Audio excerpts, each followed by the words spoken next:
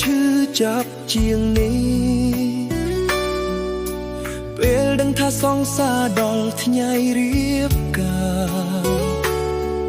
មនុស្សដែលធ្លាប់ស្និទ្ធស្នេហាមនុស្សធ្លាប់សន្យានឹងគ្នា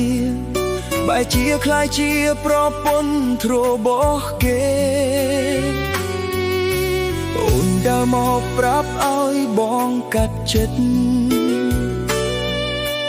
បងមិនដែលគិតថាជាការពិតទេ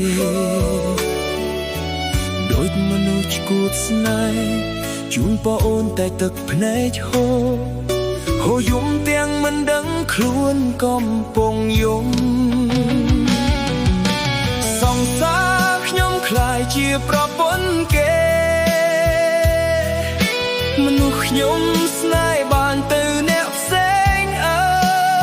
ថ្ពលដែលបងធ្លាប់ថែថ្ពលដែលធ្លាប់ថើឥឡូវបែរជាប់ក្លិនប្រផ្សេងទៅវិញធ្វើបែបណាទើបអាចខាត់អូនបានឬជាតិនេះបានត្រឹមតែស្រឡាញ់គ្នាជាម្នាក់មិនខ្លាចទោមនេញចុងក្រោយអូនចាកចេញធ្វើប្រពន្ធគេ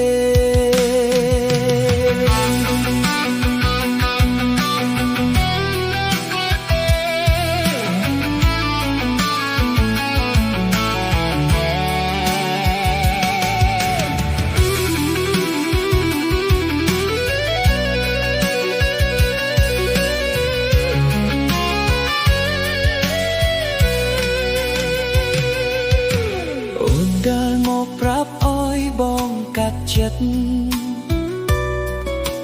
បងមិនដែលគិតថាជាការពិតទេដូចមនុស្សឈួតស្នេហ៍ជូនប្អូនតែទឹកភ្នែកហូរយំទាំងមិនដឹងខ្លួនកំពុងយំសង្សារខ្ញុំคล้ายជាប្រពន្ធគេមនុស្សខ្ញុំស្នេហ៍បានទៅអ្នកផ្សេង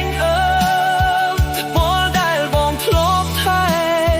ថ្ពលដែលធ្លាប់ថើឥឡូវបែរជាប់ក្លិនត្រផ្សេងទៅវិញធ្វើបែបណាទើបអាចខាត់អូនបានឬជាតិនេះបានត្រឹមតែស្រឡាញ់គ្នាជំនះមិនខ្លាចទោមនេញចុងក្រោយអូនចាកចេញធ្វើប្រពន្ធគេសង្សារខ្ញុំคล้ายជាប្រពន្ធគេមនុស្សខ្ញុំស្នេហ៍បានទៅអ្នកផ្សេងថ្ពលដែលបងធ្លាប់ថែ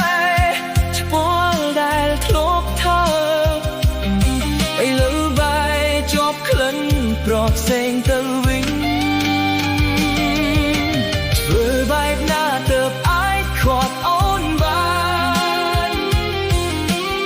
ឬជាតិនេះបានត្រឹមតែស្រឡាញ់គ្នាជំនះមិនខ្លាចទោមនេញ